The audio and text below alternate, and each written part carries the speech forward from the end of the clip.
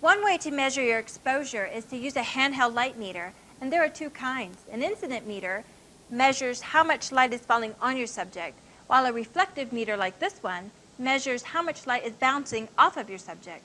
I prefer a reflective meter, which is the same kind that you'll find in many cameras. With a reflective meter, you set your ISO and your shutter speed. You point the meter towards your subject and click the capture button. For example, if I want a more shallow depth of field, I can open up the recommended aperture by 1 full f-stop.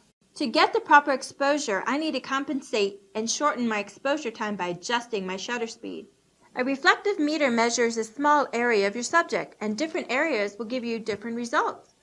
Use your eye to choose the area of your subject that represents the average amount of light falling upon your subject.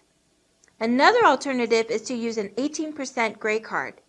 This color is considered photographically neutral. By holding this card in the area of your subject, you can meter the average amount of light that's reflecting off of your subject, and that would give you the same results that an incident meter would give to you.